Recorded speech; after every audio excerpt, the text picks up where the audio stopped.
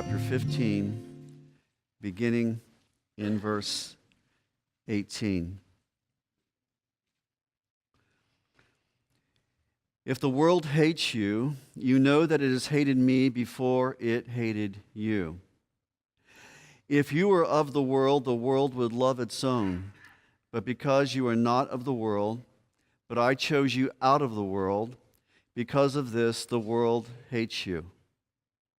Remember the word that I said to you, a slave is not greater than his master. If they persecuted me, they will also persecute you. If they kept my word, they will keep yours also. But all these things they will do to you for my name's sake, because they do not know the one who sent me. If I had not come and spoken to them, they would not have sin, but now they have no excuse for their sin. He who hates me hates my Father also. If I had not done among them the works which no one else did, they would not have sin, but now they have both seen and hated me and my Father as well.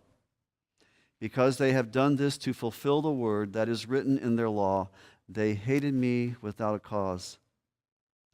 When the Helper comes, whom I will send to you from the Father, that is the Spirit of truth who proceeds from the Father, he will testify about me. And you will testify also, because you have been with me from the beginning. These things I have spoken to you so that you may be kept from stumbling. They will make you outcasts from the synagogue, but an hour is coming for everyone who kills you to think that he is offering service to God. These things they will do because they have not known the Father or me. But these things I have spoken to you, so that when the hour comes, you may remember that I told you of them. These things I did not say to you at the beginning, because I was with you. Let's join our hearts in prayer. This morning we are going to divert away from Hebrews 11. That's sort of been our launching point for some other themes that I have brought to you on Sunday mornings at different times. But I want to continue what we talked about a little last week at the end of our service regarding this issue of persecution. I felt like I gave you some maybe examples, but I feel like what's very important is that you have some theology. Just the passage I read a few moments ago, 20 years ago, most pastors would have very difficult time preaching that to an American or Western congregation. We read it and we think, oh, that's nice. Oh, that's curious. Oh, that's just stirs up some intellectual academic curiosity. This whole idea of persecution is very sobering, especially when we look at what's going on in our world today. There was a time when it was in the Western church very, very much something that you would look at like we did this morning in John 15, and you would just kind of walk away from it and say, so what's that all about? We've been somewhat sheltered in the Western church.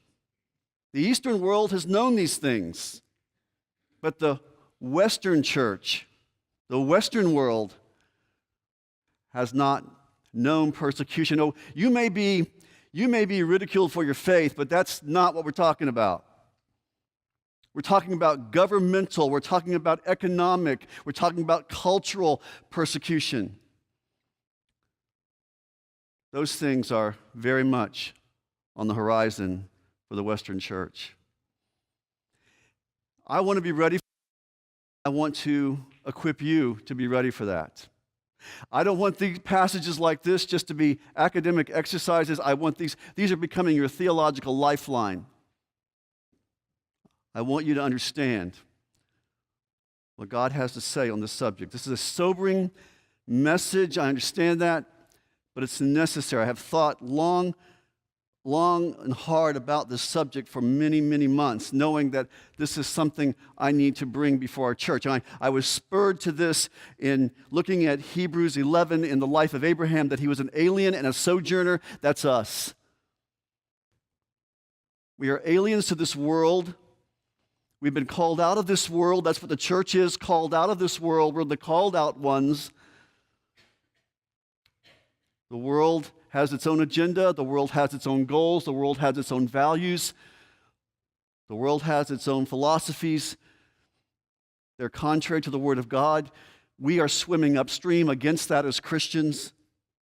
Jesus even said when he established his church in Matthew chapter 16, he says, and the gates of hell will not prevail against it. You see that? Even saying, I'm starting my church, there's going to be hostility against it.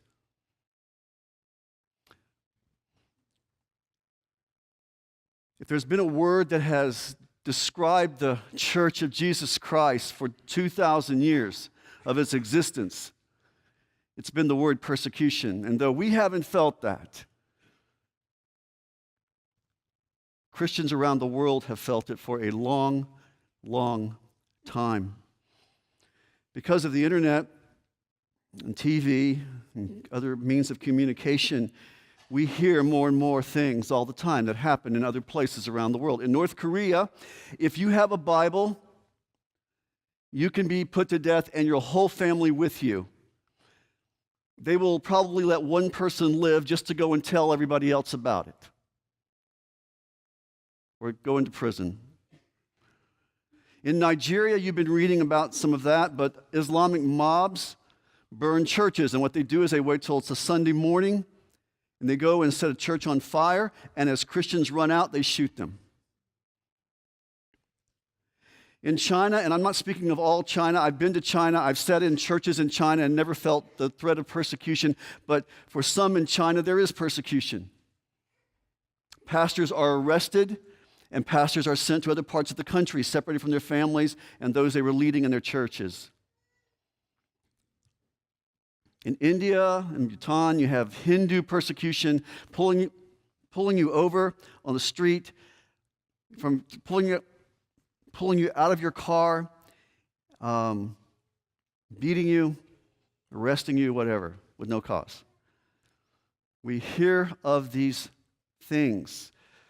Heard of a situation in Italy, in some of the smaller villages, where if you're a biblical Christian, the local Catholic priest can have it set so there's economic persecution against you, social persecution against you, and you may have to move out of the town. That happens a lot in countries where there's an Orthodox religion. It's happened in Mexico. That happens in places where the Roman Catholic Church is strong. It happened in Ukraine with the Russian Orthodox Church and the Ukrainian Orthodox Church. I remember visiting with Ukrainian Christians and hear them talk about how their biggest persecutors are not the government, but the Orthodox Church. People who name the name of Christ, yet they've stripped him of all his content. It's in name only. So, we hear of that in other places. We've been sheltered from that in the Western world. Basically, Christianity in our country, as I told you last week, has been tolerated. And therefore, we've been sheltered from these kinds of things. John 15, if you're not there, turn there again.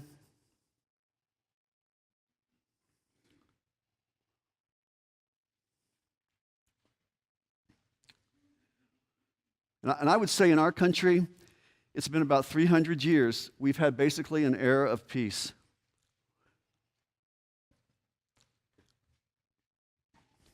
And we thank God for that. I'm very thankful for that. But I do believe that time is coming to an end. We are going to see more and more open oppression of faithful believers. And like I said, I want you to be ready, and I want to be ready. I want our church to be ready for these kinds of things. And I want us to know from the Word of God what God has to say to us on this very important subject. Because it's becoming very clear in our culture that postmodernism or the tolerance of postmodernism does not extend to biblical Christianity. You can be anything else. You can believe anything else. You can say anything else. But you can't talk about Jesus Christ and Him crucified. That is not tolerated. And you know that already. It's nothing new. But that is the reality of our culture. Times are changing in the Western world. In the New Testament context, they were persecuted. The church was persecuted for two reasons, basically. There were others, but these were the basic reasons. Number one, the Jews persecuted the Christians because the Christians said that Gentiles could be saved without becoming a Jew first. That was just hostility in their minds. We're God's people. There's only one way to God, that's through Israel. And they were preaching, no, He came to the world. And the gospel goes to Gentile and Jew alike. The Jews persecuted the Christians for that. The Romans persecuted the Christians because, get this, because the Romans considered Christians to be atheists. Get this. Because Christians did not have an idol.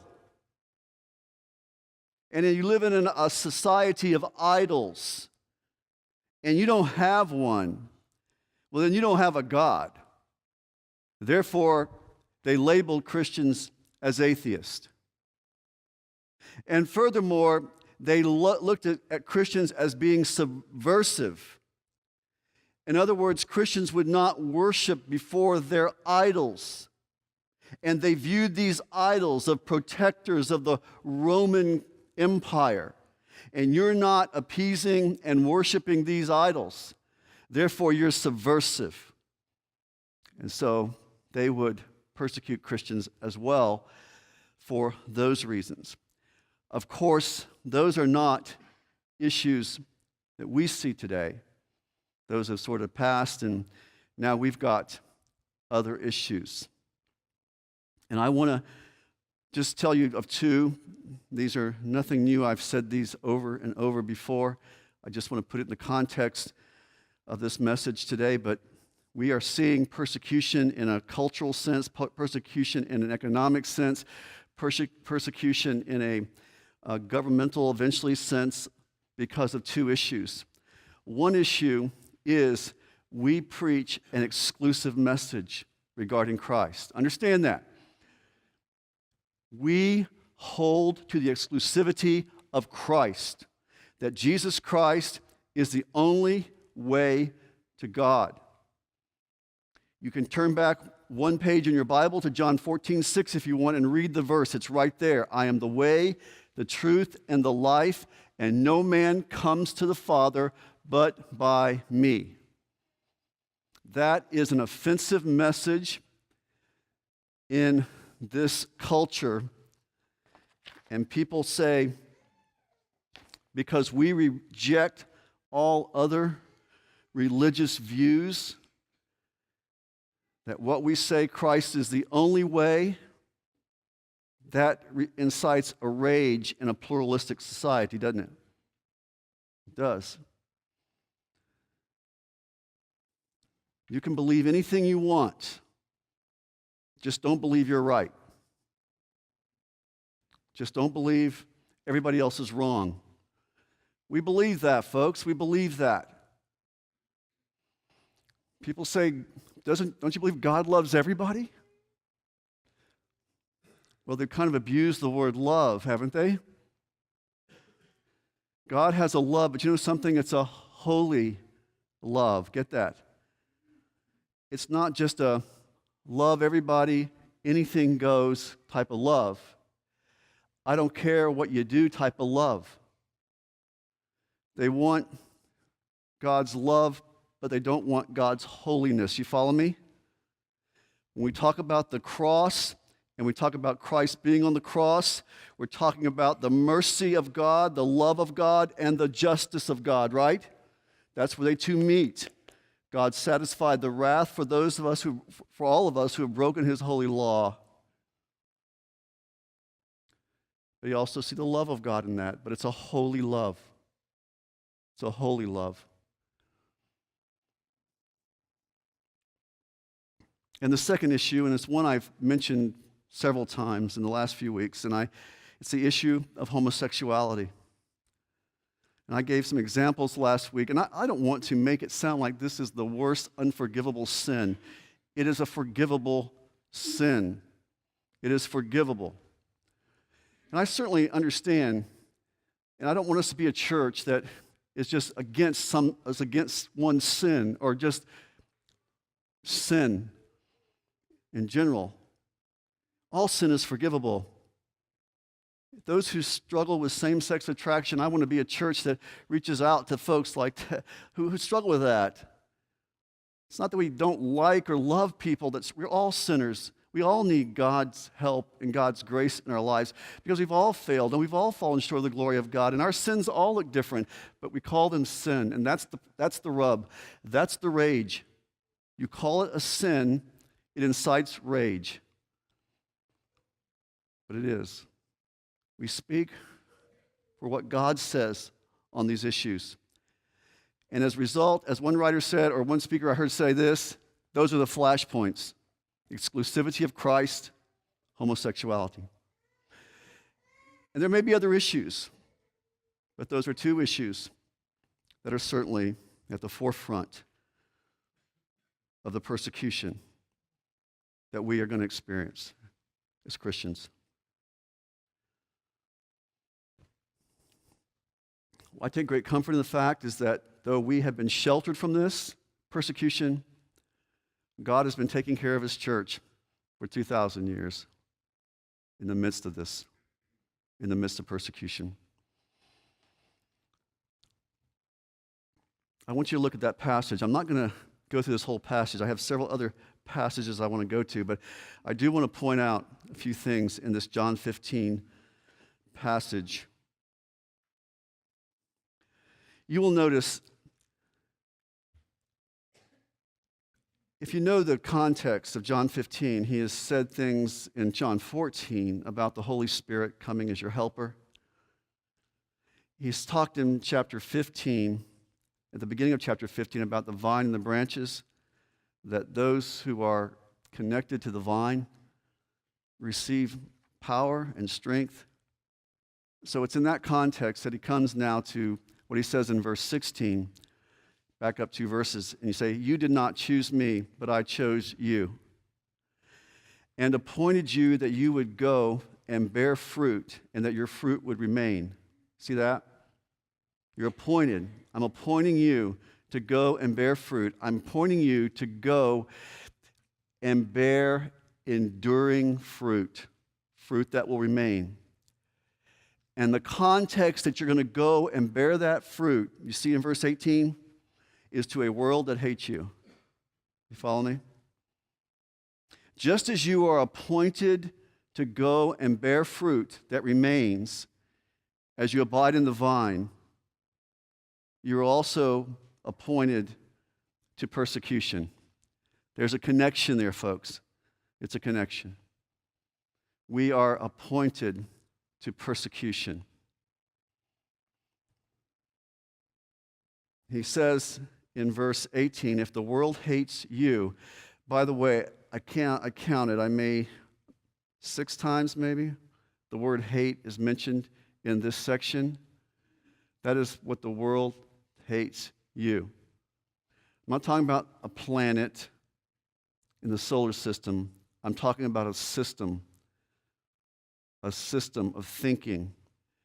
I'm talking about values and morals, a worldview, all of those things. I'm talking about that system hates you. Know that it hated me first, he says in verse 18. If you were of the world, and he mentions the word world 5 times in that verse alone, because that's the conflict. The system of the world and the prince of the power of this world and Christ. We have to understand that we're going upstream. We're trying to go against the flow. The world does not like it when people go against its flow. The world responds, the world reacts to that. Satan reacts to that.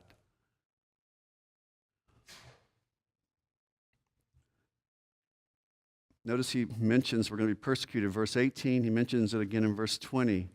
Remember the word that I said to you, a slave is not greater than his master.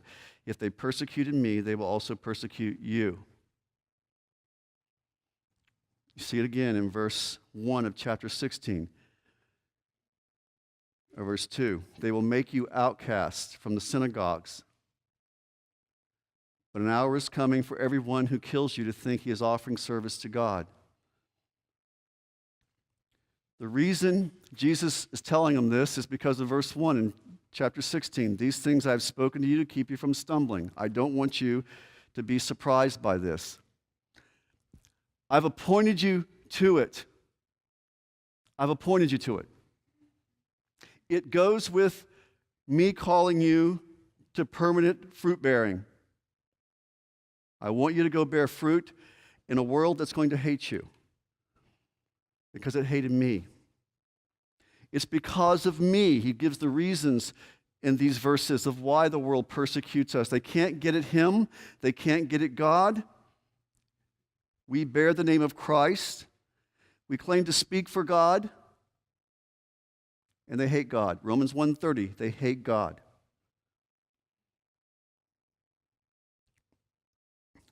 Man in his sin wants to ungod God. Man in his sin wishes God did not exist.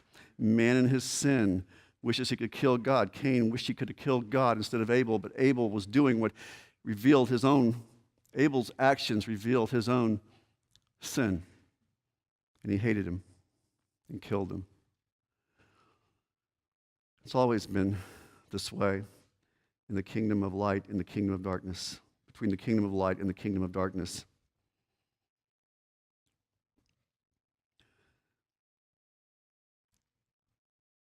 I want to take you to some other passages and look at some other passages. Turn to Luke chapter 4. And what I'm trying to do is I'm just trying to give you a theology to walk out of here with today. I'm trying to give you, I'm not trying to scare you. Jesus, in fact, says, don't be frightened. I'm telling you about these things so you'll know about them. But it does need to go deep into our thinking. It does need to go deep into our heart, these words that Jesus expresses here. Because what he's saying is, it's not an accident. It's not an accident. Don't be surprised by the fiery ordeal around you, Peter says in 1 Peter 4. It goes with the territory. If I said this 10 years ago, you just nodded off to sleep. But I have a feeling you're listening, right? These people were definitely listening in this context.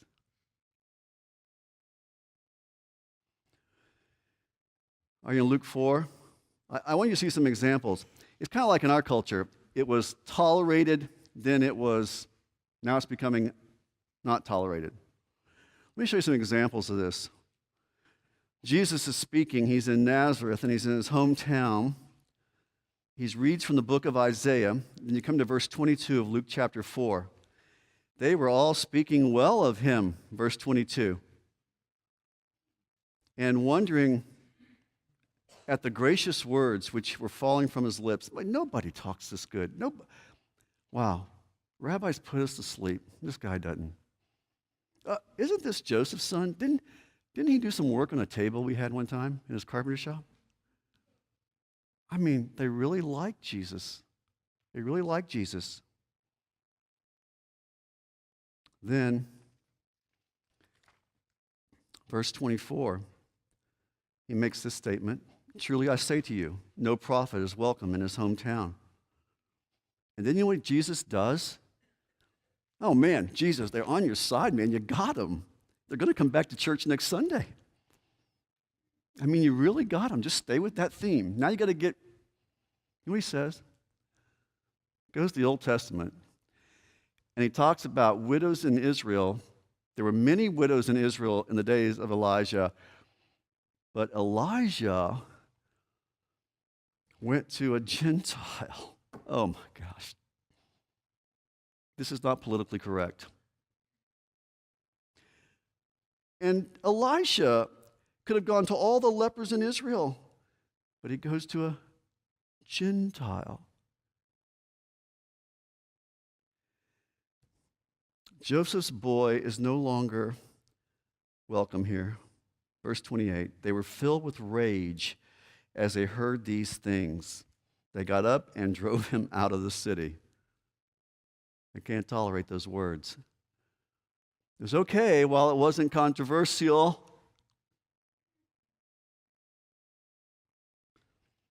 When the message is clearly presented, folks, I guarantee you it will offend. You think about this statement. Martin Luther made this statement. He said, preach in such a way that they will either, get this, they will either hate their sin or they will hate you. If everybody likes you, you're missing something in your message, okay? You're missing something in your message because this is not a message for people to like. They will either hate their sin or they will hate you. I'm not saying be obnoxious. If you're persecuted for being obnoxious, you deserve to be persecuted. If you've got a personality flaw, work on it. Talked to a guy who was in jail one time, and he told me he was being persecuted. And I'm going to tell you this. I said, for what? I said, did you try to preach the gospel and they threw you in this place? Well, no, I robbed a store. I said, you deserve to be here and stay here as long as they told you to be here. That's not persecution. Peter said, don't be persecuted for being breaking civil laws. Go to Acts.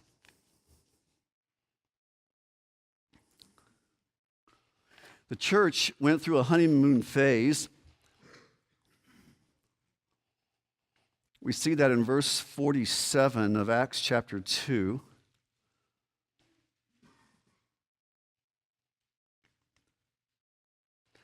Verse 47 says, they were praising God and having favor with all people.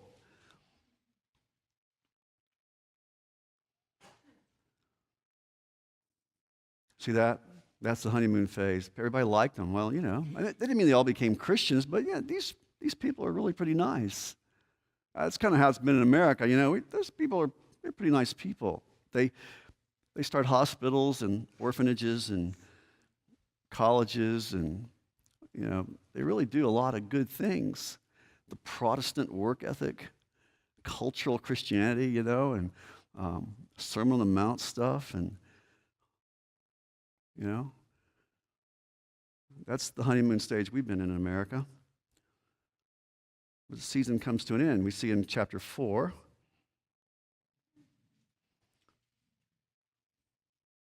They start preaching the gospel. They raise the guy from the. They heal somebody. Heal a lame man. The apostles do, and then they start preaching that Jesus rose from the dead. Verse 2 and verse 7. Well, they get arrested, and after the Sanhedrin, which is the ruling body of Judaism, they're sitting there trying to figure out what to do with them. It says in verse 15, they began to confer with one another. What are we going to do with these men? Verse 17. But so that it will not spread any further among the people, let us warn them. Let's warn these apostles to speak no longer to any man in this name of Jesus. And when they had summoned them, they commanded them not to speak or teach at all in the name of Jesus. But Peter answered and said to them, whether it is right in the sight of God to give heed to you rather than to God, you be the judge. What he's saying to them is, verse 20, for we cannot stop speaking about what we have seen and heard. We will obey you, civil government. We will obey you when we can, but we must obey God first.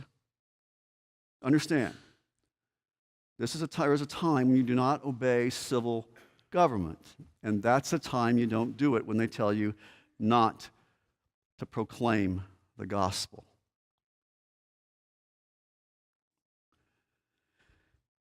Verse 21, when they had threatened them further, they let them go, finding no basis on which to punish them on the account of the people. That's how politicians have always been. Take a poll, realize it's not politically popular, we aren't going to do that, because they're all glorifying God for what has happened. So, point of that is it's better to have man angry at you rather than have God angry at you. Go to Acts 5. They are thrown in jail. On another occasion, God sends an angel. Verse 18, they laid hands on the apostles, put them in public jail. Verse 19, but during the night, an angel of the Lord opened the gates of prison, and taking them out, he said, go stand and speak to the people in the temple the whole message of this life. It doesn't say hide. He says, go proclaim. Upon hearing this, the council's trying to figure out how they got out. The whole story goes like that. Then you come down to verse 28. We gave you strict orders not to continue teaching in this name, and yet you have filled, this is a great compliment, you have filled Jerusalem with your teaching and intend to bring this man's blood upon us.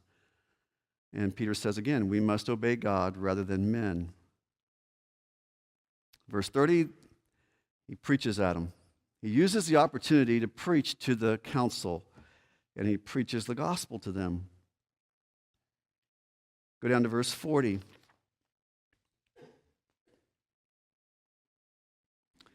They take and flog them and order them not to speak in the name of Jesus and release them. And verse 41 says, so they went on their way from the presence of the council, rejoicing that they had been considered worthy to suffer for his name. And every day in the temple and from house to house, they kept right on teaching and preaching Jesus as the Christ. I just want you to see this. Persecution did not discourage these believers. Understand that. It did not cripple the church in any way. Understand that. Sometimes I hear people say, that's going to stop the church. I've told you this before. Come on. Nothing, the gates of hell will not prevail against the church. We have an appointment with persecution. That is the way Jesus designed it. This, though it has not been our experience in the Western world, in America, it is the word that describes the church for the last 2,000 years. It has never crippled the church. It has never silenced the church. The church continues on. It doesn't even discourage the believers. I'm sending you out, and there will be opposition. Folks, we might lose our tax-exempt status as a nonprofit organization.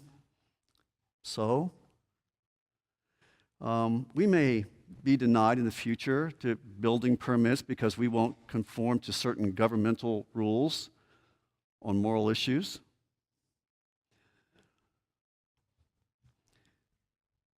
They may try to tell pastors what to say or speak and threaten to throw them in jail or whatever, fine them or whatever.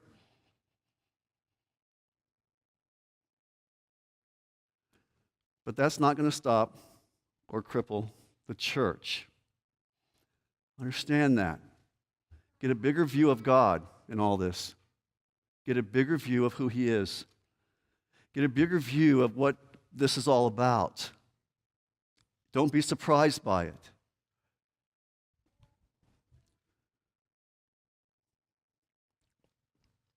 I don't look forward to it. I'm not inviting it. Sometimes I do. I get frightened about it sometimes in my flesh. I do, just like you do. But the point is, I do believe, as one person said, when the train comes, God will give me the ticket. He will give me the grace I need at that time. Standing back, anticipating it can be overwhelming.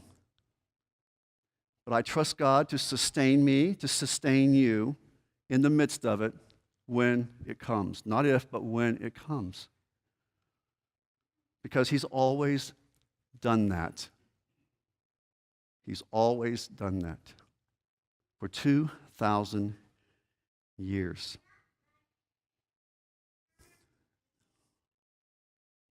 God can give us the grace to do that. Go to Acts 13. Look at the Apostle Paul.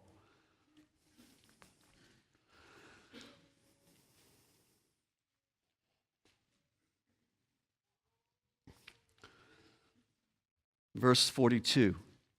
As Paul and Barnabas were going out, the people kept... I'm sorry, let me leave time to get there. Acts 13, verse 42.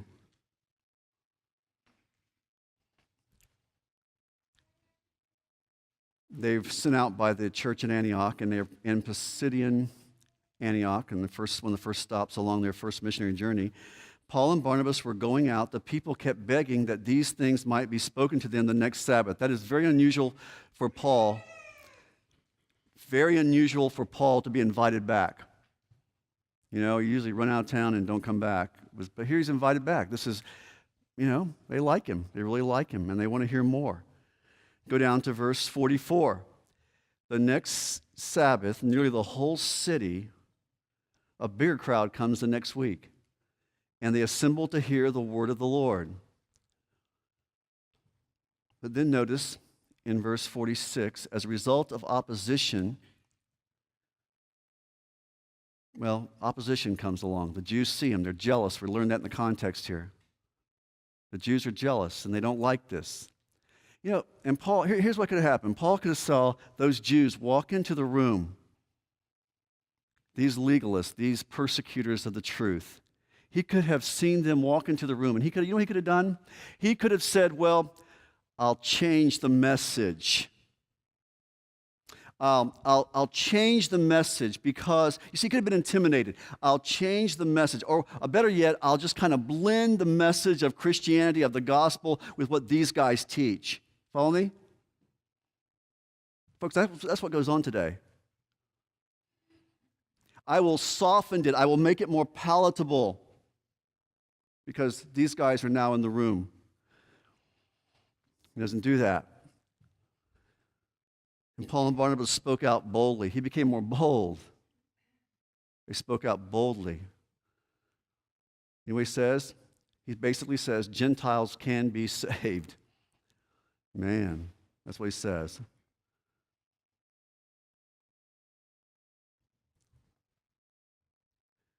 When the Gentiles heard this, they were rejoicing, verse 48 says.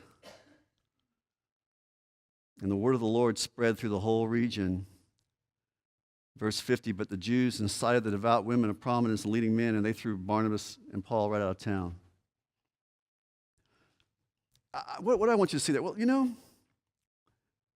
it drew believers together. You see that. They came together. People were saved. It didn't cripple the spreading of the gospel. I will say this to you. Church is not very important to us when everybody likes us out there. But when the only people who accept us are the people inside the church becomes very important to us, doesn't it? You just take it or leave it when everybody likes you. But at some point when the only people that like you, the only people that accept you are people right inside the church becomes very, very important. I was in Cuba several years ago. They had gone through intense persecution for a long time. They couldn't even worship in churches, couldn't do anything. Well, it opened up a little bit, still a little bit of government control. But I remember going into this house, church. People were hanging out the windows of this place when I pulled up with the other people. I was shocked. I said, good grief, this is a Tuesday night. Come to find out, it's 5 nights a week like that. That house was filled every night with people. because that's all they had for those people. Their government wasn't on their side. Yeah, they were limited in all the opportunities out there. But they had each other, they had Christ, and they had each other. And they were adding to their number.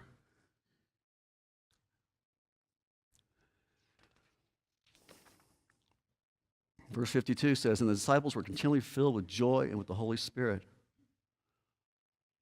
I'm just saying, I guess I'm just trying to show you, history teaches us that Jesus has walked with this church time after time when it has met opposition. Go to Mark 13. Mark 13. Here's another passage. I'm trying to give you a theology on this whole subject.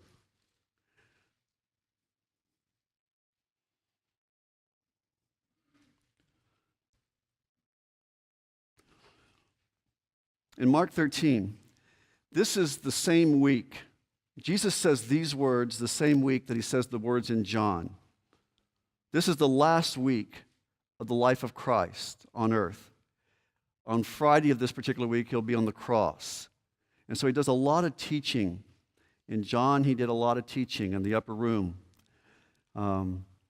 He does a lot of teaching early in the week in the temple area. And this is one of those temple area messages, okay? Or that he gives. He's asked a question. Well, he's in the temple. You see that in verse 1, Mark 13, verse 1. It says, as he was going out of the temple, one of his disciples turned to him and said, Teacher, these are wonderful stones. What a wonderful building this is. And Jesus said to him, Do you see these great buildings? Not one stone will be left upon another, which will not be torn down. He was sitting on the Mount of Olives opposite the temple, and Peter and James and John and Andrew were questioning him privately. Here are the 4 original disciples, and they're sitting there with Christ. 4 original ones called, and here they are at the end of his life, the 4 original with him as he gives the answer to their question. The longest answer in the Bible, or the longest answer that Jesus gives to any question he is asked, and it regards the end times. They ask this question to tell us, when will these things be, and what will be the sign when all these things are going to be fulfilled? Understand these things. To understand the these, you have to go to Luke and Matthew, because you see you have the same recorded incident there. And you learn that it's not just about when is the temple going to be destroyed, and it's more about when is your kingdom going to come. When is your kingdom going to come?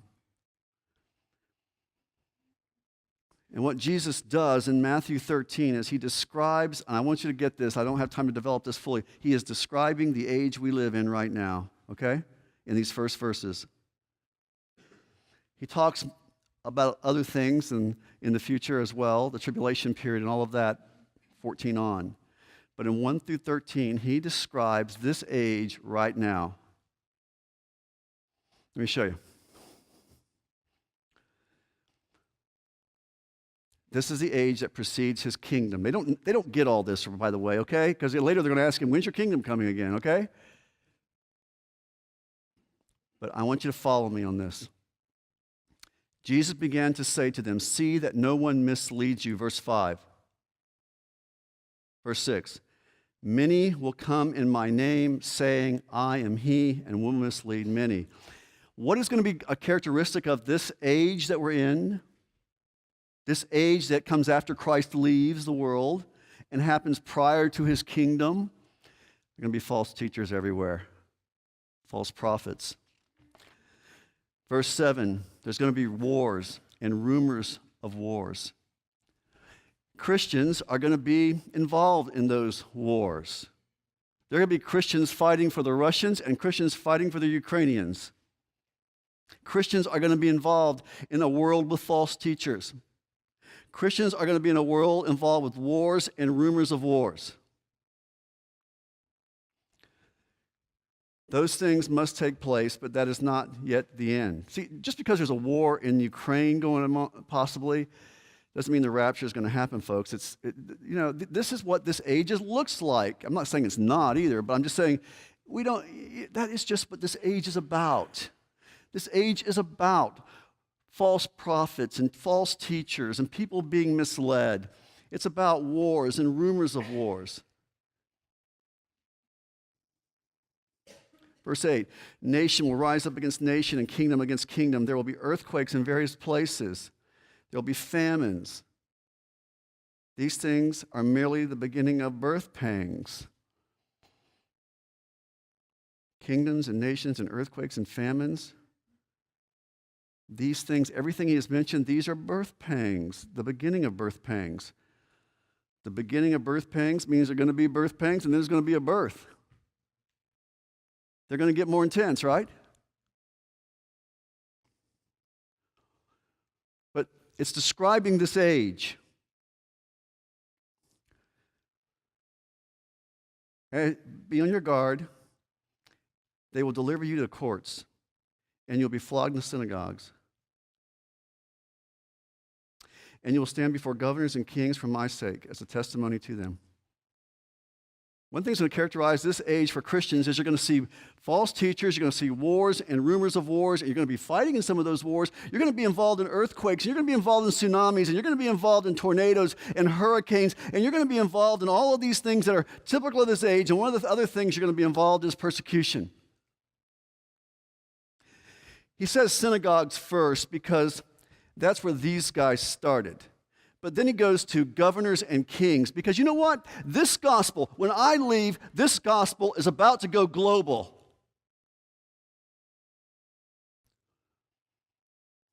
And you will face persecution. And whether it's a city run by a Jew or a Gentile, Christianity is going global, and every government is going to persecute you. Because you know why? The gospel divides. I've said that over and over. The gospel divides. You see in verse 12, brother will betray brother to death, and father his child, and children will rise up against parents and have them put to death. Jesus has said that. You must love me more than your own family. He takes the most precious unit that we know of, the family relationship, and he says, my gospel will penetrate that, and it will divide. Because you know what? The gospel is more important than your family.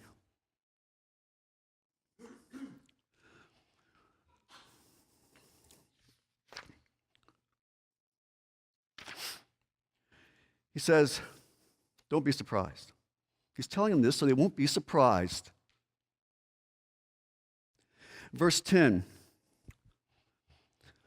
the gospel must first be preached to all the nations. There's some, I got to take this theological privilege here and tell you about people who hold to the preterist view. The preterist view is held by people you would recognize. And they are people who believe that the events I've just read to you have already happened. In fact, they happened prior to the fall of Jerusalem in 70 AD. Jesus is crucified in 33. In 70 AD, the city of Jerusalem falls.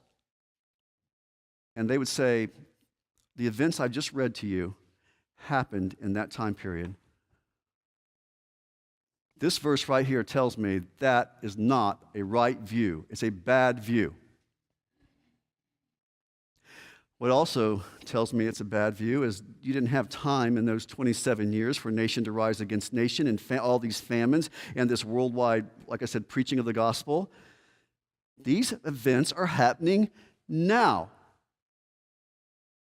These events are taking place now. This is the age, Jesus says, that you are going to be moving into when I leave.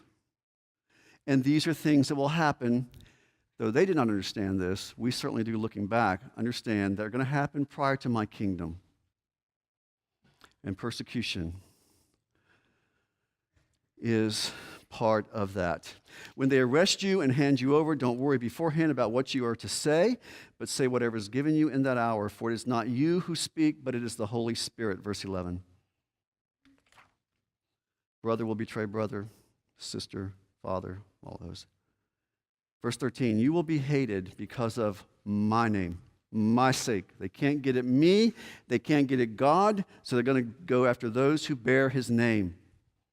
Those who speak for him, those who preach the exclusivity of Christ, those who proclaim God's definition of what sin is. They hate God They hate Christ. They hate Christ's lordship. They hate the demands that Christ has. Verse 13 says, but the one who endures to the end will be saved. That is wonderful. He gives us perseverance, folks. A true believer is given perseverance. True faith is a faith that perseveres. We've learned that in Hebrews 11.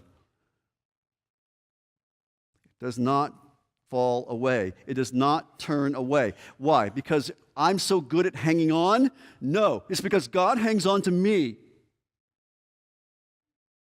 And nothing can separate me from the love of Christ, Romans 8:31. Can persecution, can tribulation? No. If he called you and he justified you and sanctified you, he will one day glorify you, and nothing can break that chain, not even persecution. He holds on to us. He will not let us go, no matter what the world throws at us. The reason we persevere is because we belong to him. Let me just conclude with this. You have to wonder about people who came to Christ through the health, wealth, and prosperity gospel. You have to wonder about people who came to Christ for the reason that they could be healthy and wealthy.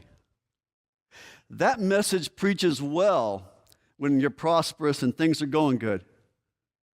But you wonder, what when you're health and you have no strength? When you're no wealth, you're under economic persecution. What do you got to sustain you with that kind of message? You have to wonder about people who are into self-love psychology.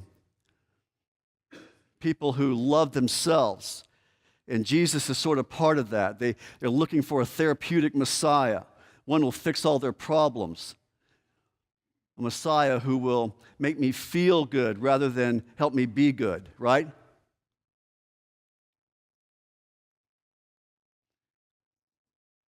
What are you going to do when the person you love the most is being threatened? Are you going to hang in? Have you got anything to hang in there with? What about people who go to the seeker-friendly churches? A church that gives you everything you want, gives you the music you want, gives you the message you want, gives you the seating you want, gives you the coffee you want, gives you the band or the music you want, gives you everything you want, and never asks anything of you. And never says, sign here, never says, affirm these things, never says anything that would in any way impose on your space. You got to wonder, persecution comes?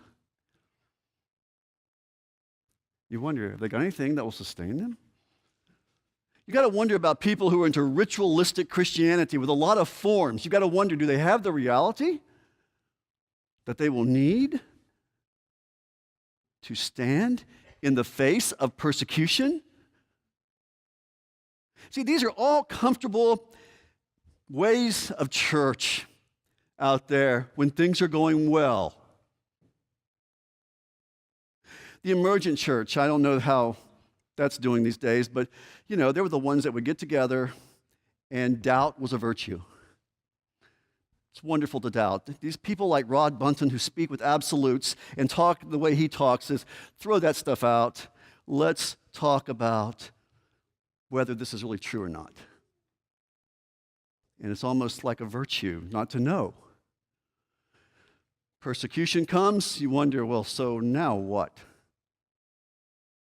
It's real. This is real. What you're basing your Christianity on is nothing.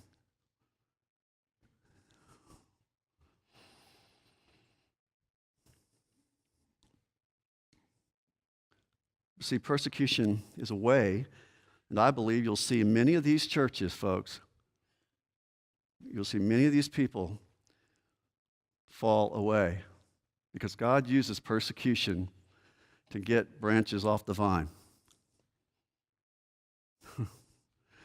that aren't real. He does. Purifies his church. We have a lot of people that use the name of Christ But you look beneath the surface, they've robbed it of all its content.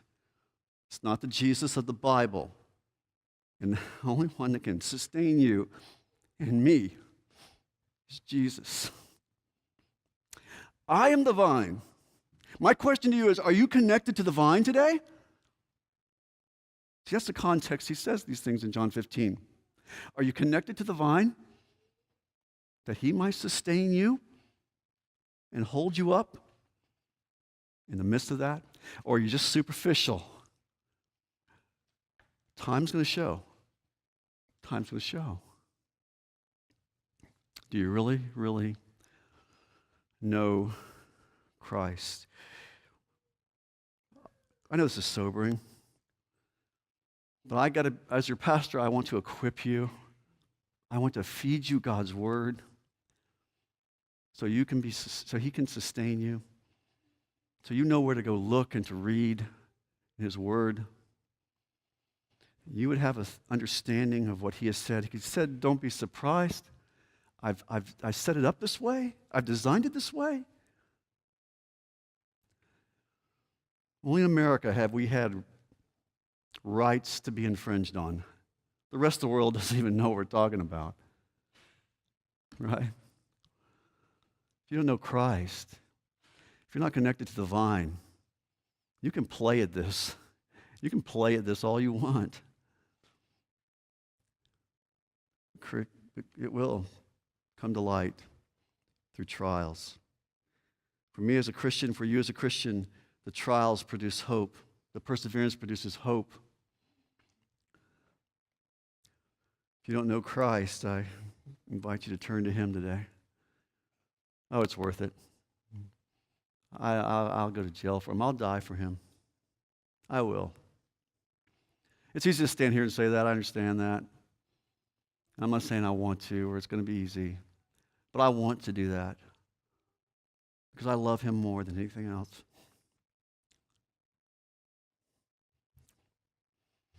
And I will proclaim his word. And I would pray that you would too. Let's pray. God, thank you for this time, this sobering passages we looked at, this sobering topic. God, I pray that though it's not horrible yet, though none of us are being thrown in jail, none of those things are happening, we recognize, God, that things are changing around us. And God, we want to be ready for that. We want to know your mind on that. We want to know how you think about that. We don't know how to pray better for brothers and sisters in Christ who are around the world who are living this every day. Oh God, we're so thankful that the schemes of man cannot destroy the plan of God. We love you and thank you. In Jesus' name, amen.